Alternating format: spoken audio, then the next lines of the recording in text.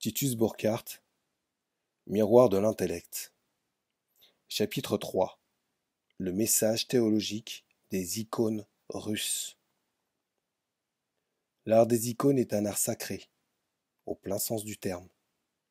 Il se nourrit entièrement de la vérité spirituelle à laquelle il offre une expression picturale. C'est pourquoi il est souvent jugé de façon inadéquate et erronée, quand on l'aborde d'un point de vue extérieur, avec des critères empruntés à l'art profane et purement humain. La plupart des études sur l'art donnent la primauté au développement historique. Elles analysent le jeu des influences ethniques et géographiques et cherchent à expliquer l'art en lui-même par le biais de telles influences, tout en n'accordant qu'un rôle secondaire au contenu intellectuel de la représentation picturale. Dans l'art des icônes, cependant, c'est le contenu qui est le critère de la forme. Le caractère proprement doctrinal de cet art détermine non seulement l'iconographie, mais également sa forme artistique et son style général. Il en est ainsi du fait que le sens d'une icône touche à un centre qui est si proche de l'essence humaine qu'il détermine virtuellement tous les aspects de l'œuvre d'art, depuis ses éléments didactiques jusqu'aux impondérables de l'inspiration artistique.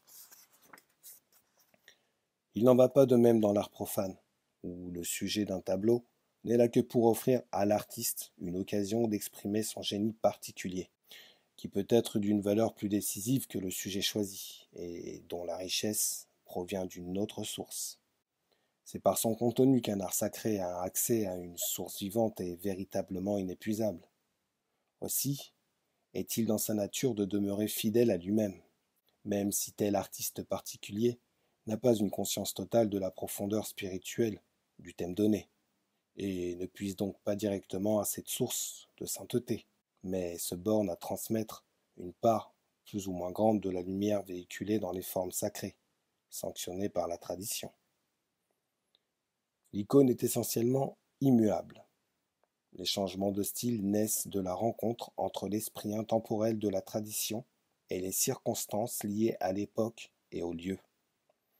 Ces changements, du reste, occasionnent simplement un déploiement de diverses potentialités qui se trouvent à l'éclat latent dans la nature de l'icône elle-même. Comme l'a dit justement Léonide Ouspensky, Byzance a porté la théologie à un certain point de perfection par le langage, et la Russie a fait de même par les images. Rien ne saurait être plus présomptueux que le désir de remplacer la sagesse traditionnelle par le point de vue de la psychologie moderne, ce qui est ici hors de question.